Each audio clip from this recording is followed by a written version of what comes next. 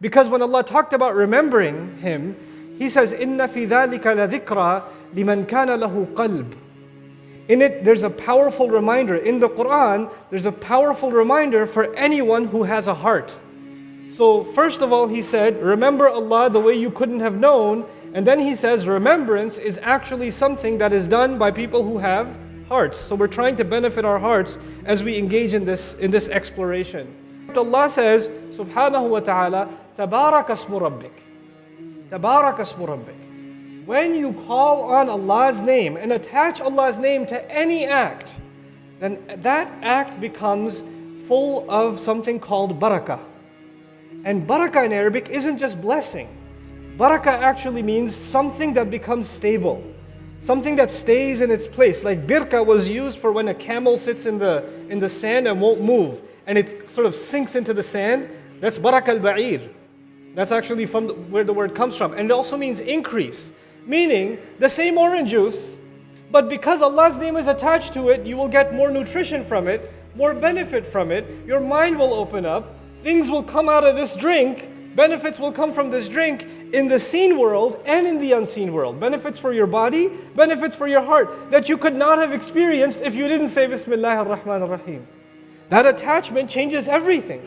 So now we're learning that our tasks are actually in a sense incomplete without Bismillah. That's just a little bit about the ba. And by the way, ba is also called by the Kufi scholars, they call it ba al-ala, which means the ba of a means, like a tool. Meaning, you know how you say, I use the key to open the door? Right? I use the key, I use the hammer to put the nail in the wall. I'm using Bismillah to get this done. That's actually what that means. That I need this phrase, and without it, whatever I need to get done will not get done. I do not believe it will yield the intended results if the Basmala isn't there. If this phrase, Bismillah ar-Rahman ar-Rahim, isn't there. Bismillah. We just call on the word Allah. Why?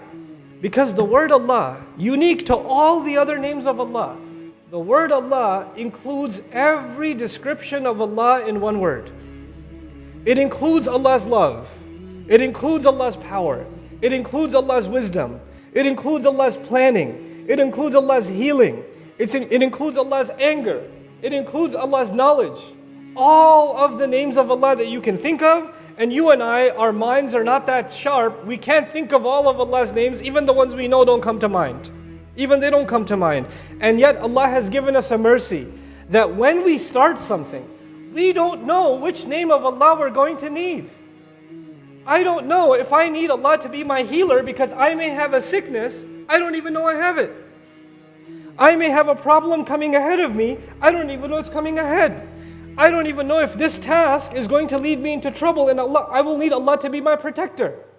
Maybe I need Allah to be my wali. Maybe I need Allah to be al-Hakim. Maybe I need Allah's knowledge for now. I need Allah to be al-Alim. I don't know which name of Allah I need. And so Allah knows better than we do. When we call on Allah by His name Allah, then Allah has covered all of the names we can't even think of. We don't even know what we need. Allah says, Wallahu alimun bidhati sudur. Allah knows the nature of the chest. You know what that means? He knows what I'm thinking, and He knows my subconscious and the things I don't even know that I need. He knows those too. And I called on all of them just by using the word Allah.